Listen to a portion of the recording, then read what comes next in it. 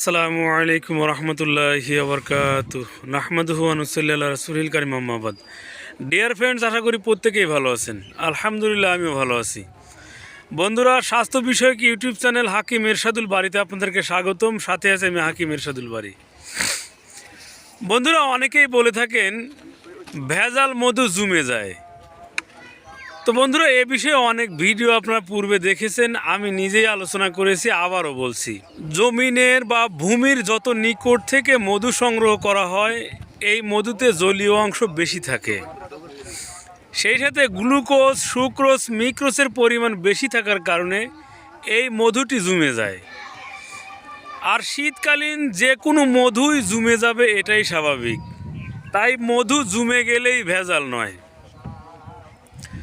লিচু ফুলের মধু এটি ভূমি থেকে অনেক উপরে থাকে, ফলে জলীয় অংশ কম থাকে, সুক্রোজ, গ্লুকোজ, মিক্রোজের পরিমাণ কম থাকে, ফলে এটি জমে না। বরই ফুলের মধু এটা জমে না, কিন্তু সরিষা ফুলের মধু জমবেই জমবে।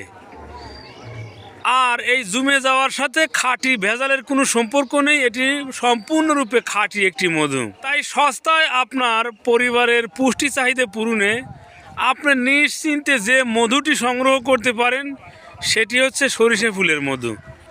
তাই আমি হাকিম এরশাদুল বাড়ি বলছি, আপনাদেরকে যে কথাই বলুক না কেন, সরিষা ফুলের মধু জমে গেলেও এটি খাঁটি মধু, আর দামে খুবই সস্তা। অন্য মধুর সাথে গুণগত মানে এই মধুর কোনো তফাৎ নেই। তাই আমি আহ্বান করছি, আপনারা সরিষা ফুলের মধু সংগ্রহ করুন।